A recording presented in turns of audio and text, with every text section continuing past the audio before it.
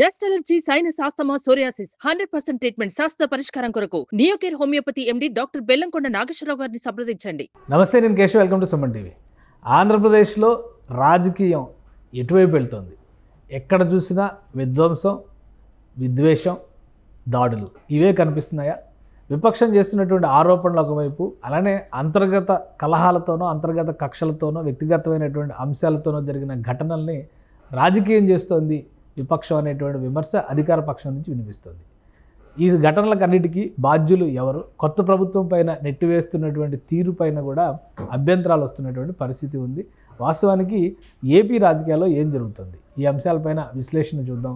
వరుస ఘటనలపైన మనతో విశ్లేషించడానికి పొలిటికల్ అనలిస్ట్ చంద్ర శ్రీనివాస్ గారు ఉన్నారు.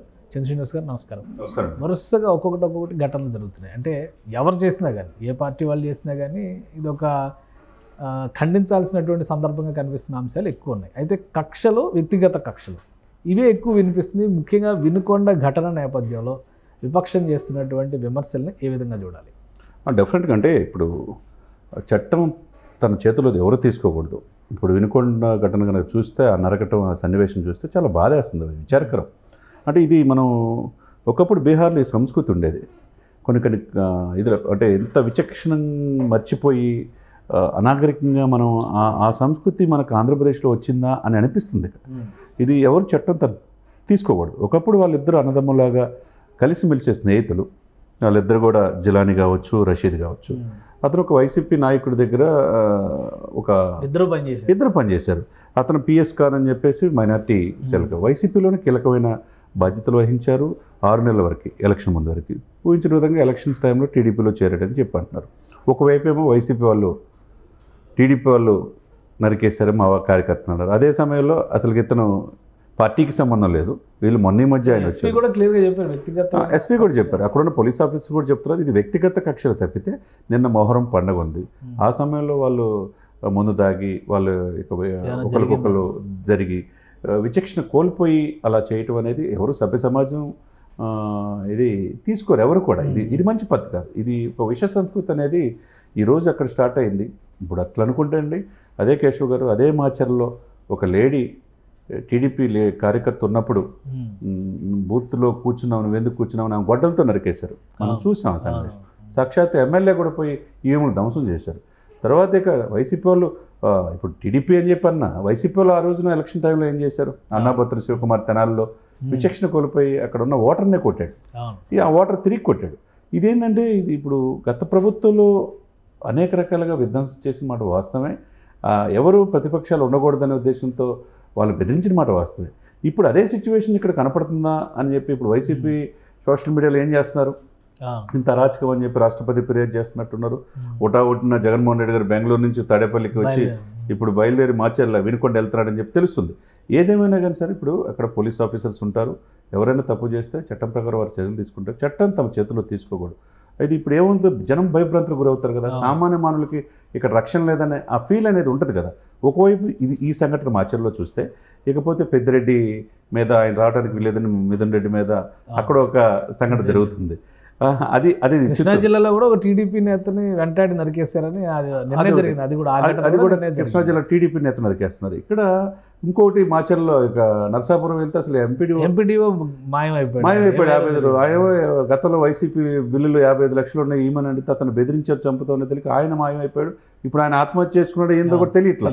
చివరికి పంచాయతీరాజ్ శాఖ మంత్రిగా ఆయన ఢిల్లీ వెళ్తే పవన్ కళ్యాణ్ గారు ఇమ్మీడియట్గా ఆదేశించి అతను ఎక్కడున్నా ట్రేస్ అవుట్ చేయండి అంటే ఆయన్ని చూస్తున్నారు. ఆయన ఎక్కడున్నాడో కూడా ఇప్పుడు విజయవాడ పరిసరాల్లో కాలువలో ఆత్మహత్య చేసుకున్నాడు అనే ఇదిలో ఉంది. ఒకవైపు వైసీపీ నాయకులు టీడీపీ మీద ఆరోపిస్తున్నారు, టీడీపీ నాయకులు వైసీపీ మీద ఆరోపిస్తున్నారు.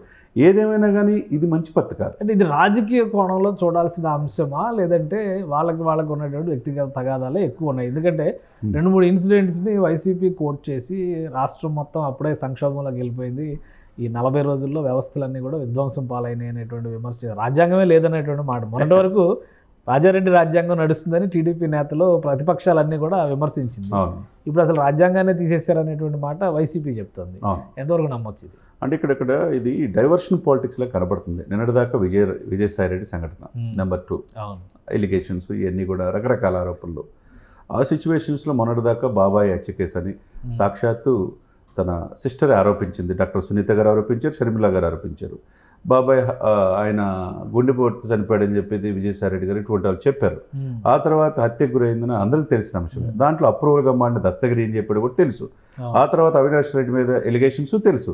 ఇవన్నీ కూడా సిబిఐ కోర్టు పరిధిలో ఉంది కాబట్టి మనం దీని మీద ఎక్కువగా పోవడానికి అవసరం లేదు.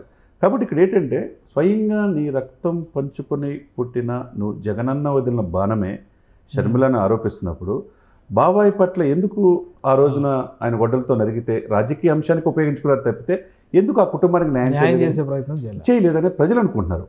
అదే సమయంలో 14 సంవత్సరాల ఒక కుర్రవాడు వాళ్ళ సిస్టర్స్ని ఎరాస్ చేస్తుంటే ప్రశ్నించినందుకు గడ్డి వాములో పెట్టి తగలబెట్టారు బాపట్లో వైసీపీ నాయకులే. దాన్ని ఏమనాలా? అదేవిధంగా ఇకపోతే అబ్దుల్ సలాం ఇన్సిడెంట్ కానీ ఎమ్మెల్సీ అనంతబాబు మరీ దారుణం. డోర్ డెలివరీ ఒక దళితుడిని డ్రైవర్ని డోర్ డెలివరీ చేసి చంపి తీసుకొస్తే ఆయన ఊరేగిస్తా ఒక 1000 మంది కలిపి జైలు నుంచి తీసుకొచ్చి అదే ముఖ్యమంత్రి గారు పక్కన కూర్చోబెట్టుకున్నారు. చివరికి ఎవ్వరు అరాచకవాదులు ఎక్కడ ఇన్సిడెంట్స్ జరిగినా ఆడపిల్లల పట్ల వేధిస్తున్నా వాళ్ళు చూసి చూడట్లు. లేకపోతే తేజస్విని 9 మాసాలు పోయే కనిపెట్టి లేకుండా వెళ్ళిపోయిన అమ్మాయి జమ్మూలో ఎట్లా ట్రేస్ అవుట్ అయింది? ఈ 9 మాసాల్లో వైసీపీకి గత ప్రభుత్వం రక్షణ ఎందుకు కల్పించలేకపోయింది? అటువంటి అంజద్దా అనేవాడు అంతకుముందు ఇంకొక అమ్మాయిని కూడా ఎట్లా మోసం చేస్తే ఎందుకు వైసీపీ నాయకులు అతనికి వెన్నుదన్నుగా ఉన్నారు? ఎక్కడో జమ్మూలో 9 రోజులు టేకప్ చేసిన 9 రోజులు పవన్ కళ్యాణ్ గారు ఆదేశాల ప్రకారం అమ్మాయిని తిరిగి తీసుకొచ్చారంటే మరి అప్పుడు లా అండ్ ఆర్డర్ ఏమైపోతుంది? ఇది ఇక్కడ కక్షపూరితం అనేది కాదండి, వ్యక్తిగత కక్షలు. ఇప్పుడు సో ఏం జరిగినా రాజకీయ ప్రయోజనాల కోసం రాజకీయ ప్రయోజనాలకు వాళ్ళు వీళ్ళు ఉపయోగించుకోవడం తప్పితే లా అండ్ ఆర్డర్ అనేది ఎవరు చేతులు తీసుకోకూడదు. హోంమంత్రి గారు తక్షణం ఇటువంటి విషయాలు స్పందించి ఎవరైతే దీని వెనక ఉన్నారో ఇప్పుడు వీళ్ళిద్దరి మధ్య రషీద్ కావచ్చు, జిలానీ కావచ్చు, ఇతని నాయకుడు పిఎస్ ఖాన్ వైసీపీలో ఉన్నాడు మైనార్టీ సెల్లో. ఇప్పుడు దీన్ని ఒకవేళ ఈ మధ్య చేరినంత మాత్రాన ఆయన్ని టీడీపీ నాయకుడు అని చెప్పి అది కరెక్ట్ కాదు. ఇక్కడ ఏంటంటే ఎక్కడ ఏది జరిగినా సార్ చట్టం దృష్టిలో ఎవరైనా దోషులు శిక్ష పడాల్సిందే. ఆ ఎవిడెన్స్ ఆ యొక్క సీసీ కెమెరాస్లో ఇదే లైవ్లో అతను చంపుతుందనేది మనకు తెలుస్తుంది. అది ఎవరు హర్షించేది కాదు. ఇక్కడ ఏంటంటే దీన్ని ఇంతలోనే 30 రోజులు మీరు అన్నట్టు ఏదో రాజ్యాంగమే మారిపోయినట్టుగా మన 151 సీట్లు ఇచ్చి 22 మంది ఎంపీలు ఇచ్చి 5 సంవత్సరాలు విధ్వంసకరమైన పరిపాలన చేసినప్పుడు మరి మీ నాయకులు చేసిన తప్పులు అనేకం ఉన్నాయి కదా, దాన్ని ఏమనాలా? అనేక మంది ఈ నెల రోజుల్లోనే చట్టాలన్నీ పక్కన పెట్టేశారు, శాంతి భద్రతలకు వేగం. అలానే నిన్న అమర్నాథ్ గారు కూడా ఒక ట్వీట్ చేశారు, ఎర్రడ గుట్టలు అదే మన ఎర్రమట్టి మొత్తం ఈ కొత్త ప్రభుత్వం నెల రోజుల్లోనే సఫా చేసేసింది అంటున్నారు. సో ఇది ఎలా చూడాలి ఇవన్నీ? అంటే అమర్నాథ్ గారు ట్వీట్ చేసిన కోడిగుట్టు మంత్రి ఆయన అని అంటారు చాలా మంది. ఆ అమర్నాథ్ గారి పక్కన ఉన్న ఋషికొండలు కనపడట్లేదా సార్? 500 కోట్లతో తన అధినేత మాజీ ముఖ్యమంత్రి గారు ఆ కొండల్ని సస్యశ్యామలంగా ఉండే ఋషికొండల్ని ప్రకృతిని ఇచ్చేసి విధ్వంసం చేసి ప్యాలెస్లు కట్టుకున్నప్పుడు విలాసవంతమైన లోపల కమోడి 13 లక్షలు 30 లక్షలు విలువ చేసే దాన్ని టబ్బు ఫ్యాన్ 3 లక్షలు ఇవన్నీ మనం ఎప్పుడు చూడలే. ఇటువంటి వాళ్ళ ముఖ్యమంత్రి గారు మాజీ ముఖ్యమంత్రి గారు చేసుకున్నప్పుడు మీకు కనపట్టలేదా? అదే ఋషికొండలతో పాటు ఇప్పుడు అంటున్నాడు కదా ఆయన 25 చివరికి విశాఖ సిటీ కమిషనర్ కార్యాలయం కూడా తనఖా పెట్టారు సార్. ఆయన చెప్పమనండి. విశాఖ సర్క్యూట్ హౌస్ కూడా దాదాపు 25,000 కోట్లు తనఖా పెట్టి తీసుకున్నారు. విశాఖకు సంబంధించిన వాళ్ళు ఆస్తులు ఇచ్చేసారు తనఖా పెట్టి. మరి అది తప్పు కాదా? చివరికి అక్కడ ధనమాన బ్రదర్స్ మీద కూడా ఎలిగేషన్స్ వచ్చినాయి, సైనిక భూములు కూడా స్వాధీనం చేసుకున్నారు. ఇకపోతే నిన్నగాక మొన్న ఆరోపణలు వస్తున్నాయి అక్కడ ప్రేమ సమాజం ఆస్తులు ఏమైపోయినాయో. తర్వాత అక్కడ కాలేజీ అదే గీతం యూనివర్సిటీ కాలేజీ అని ఒక ఎండోమెంట్ ఆఫీసర్ని పెట్టుకొని 100 కోట్ల ఆస్తులు ఎలా రాపించుకుంటారో, 12 సంవత్సరాలు లీజుకి ఎలా ఇచ్చారు, ఇప్పుడు అన్నీ ఒక్కొక్కటి వస్తున్నాయి. దీన్ని ఏమంటారు? ఏదైనా కానీ అధికారం ఉంది కదని చెప్పేసి ప్రభుత్వ ఆస్తుల్ని, ఎండోమెంట్ ల్యాండ్స్ని, చివరికి మైన్స్ని, చివరికి ప్రకృతి వనరుల్ని ధ్వంసం చేసుకుంటే ఈ విధ్వంసం కానీ హత్యాకాండలు కానీ దాడులు కానీ వీటన్నిటికి సంబంధించి రాష్ట్రపతికి ఫిర్యాదు చేశారు. జగన్మోహన్ రెడ్డి గారు రియాక్ట్ అయ్యారు. ఆల్రెడీ ఆయన ఆ సైట్కి ఇప్పుడు ఆ బాధితుల కుటుంబాన్ని పరామర్శించడానికి వెళ్తున్నారు. సో ఇవన్నీ చూస్తే రాజకీయాల కోసం చేస్తున్న ఘటనలా మిథున్ రెడ్డి పైన జరిగినటువంటి ఇన్సిడెంట్ కూడా ఆయన రెడ్డప్ప గారి ఇంటికి వెళ్ళారు. బట్ ఒక వ్యతిరేకత అయితే వచ్చింది. టీడీపీ శ్రేణుల నుంచి నిరసన తెలియజెప్పారు. వాళ్ళు కుర్చీలు ఇసిరారు, వీళ్ళు రాళ్ళు ఇసిరారు. సో ఇవి రాజకీయంగా ప్రయోజనాల కోసం సృష్టిస్తున్నటువంటి గొడవల, లేదా నిజంగానే కొన్ని కక్షపూరితమైనటువంటి ఘటనలు జరిగేవి, లేదా కొన్ని సమస్యాత్మకమైనటువంటి ప్రాంతాలు ఉన్నాయి, అక్కడే ఈ సంఘటనలు జరుగుతున్నాయి అనుకోవాలి. అంతే. అంటే రాజకీయ కక్ష అనేది అంతగా ఉండకపోవచ్చు, కానీ వ్యక్తిగత ఇది అంతకుముందు గతంలో దాడులకు గురైన వాళ్ళు ఈ పార్టీలో కూడా ఉంటారు. రియాక్షన్ కింద చూడాలి, రియాక్షన్ కింద చూడాలి మనం. దాన్ని అప్పుడు ఏం చేయాలా, ఇరువుని పిలిపించి మాట్లాడే బాధ్యత పోలీసులు తీసుకోవాలి. సమర్థవంతమైన పోలీసుల ఆఫీసర్లు పెట్టి వాస్తవాలు ఏంటి, గతంలో ఏం జరిగింది, ఇప్పుడు ఏం జరిగింది అని విచారించి వాళ్ళ మీద చర్యలు తీసుకోవాలి. చట్టం తరపున చేసుకుంటూ వెళ్ళిపోవాలి. కానీ పోలీసులు అలా ఇన్వైట్ చేస్తే వీళ్ళు వినే పరిస్థితిలో ఉన్నారా? వినాలి కదండి. ఇప్పుడు వినకపోతే ఎట్లా, వినే పరిస్థితి రావాలి. అది వాళ్ళకి పోలీసులకి వాళ్ళకి పవర్ ఇవ్వాలి. పవర్ ఇస్తే ఆటోమేటిక్గా లా అండ్ ఆర్డర్ దారిలో పడింది. అంతేగాని వైసీపీ వాళ్ళు చెప్పినట్టు వైసీపీ వాళ్ళు వాళ్ళ చేతిలో ఉంది కదని సోషల్ మీడియా ఇంతకుముందు వ్యక్తిగత హనం చేసి కుటుంబాలను ఏం చేశారో మనకు తెలుసు. ఇప్పుడు కూడా వాళ్ళు ట్రోల్ చేస్తారు. నిన్నగాక మొన్న ఒక ఆఫీసులో పనిచేసాం రుక్మిణి, ఆ పార్టీకి కోసం ఎక్కడో లండన్ నుంచి వచ్చి చేస్తుంటే ఆమె వచ్చినందుకు కూడా ట్రోల్ చేస్తామంటే ఇంత అనాగరికంగా వాళ్ళు చేశారు. అంటే నువ్వు చెప్పిన విద్య ఏంటి? అది తప్పు కదా. ఎక్కడో తీసుకొచ్చి సమగ్ర సమాచారం ఆంధ్రప్రదేశ్ది నానక్రామగూడలో ఫీల్డ్ ఆపరేషన్ పెట్టినప్పుడు భారతి గారి పిఏ ఎట్లా చేశాడు, ఆయన అరెస్ట్ చేశారు కదా. ఇప్పుడు వీళ్ళ చేతిలో ఉంది కానీ వీళ్ళు చేసింది చాలా తప్పు. అప్పుడు ఆ రోజుల్లో వాళ్ళు చేస్తున్నారు కదా అని వీళ్ళు చేయటం అనేది కరెక్ట్ కాదు. సో పోలీసులు, హోమ్ మినిస్టర్ ఆంధ్రప్రదేశ్ సంబంధించి ఇంకా కొంచెం స్ట్రిక్ట్గా రియాక్ట్ అవ్వాల్సిన పరిస్థితి కనిపిస్తుందా? డెఫినెట్గా వాళ్ళు స్టింజెంట్గా కఠినంగా నిర్ణయాలు తీసుకోవాలి. ఇది సభ్య సమాజం తలదించుకునే విధంగా అందరూ చూస్తుండగా మనిషిని నరికేయటం అనేది ఇది ఏమి అనాగరిక, ఇది ఆటవిక చర్య. ఇది మంచి పద్ధతి కాదు. ఏదన్నా తప్పు చేస్తే వాళ్ళు చూసుకోవాలా. నాయకులు దీంట్లో గతంలో వాళ్ళు ఏ పార్టీ ఏందనేది పక్కన పెడదాం. ఒక వీఆర్ హ్యూమన్ బీయింగ్, మనం మానవులు. మనం ఏమనుకుంటాం, సమాజంలో అందరూ బాగుండాలని కోరుకోవాలా.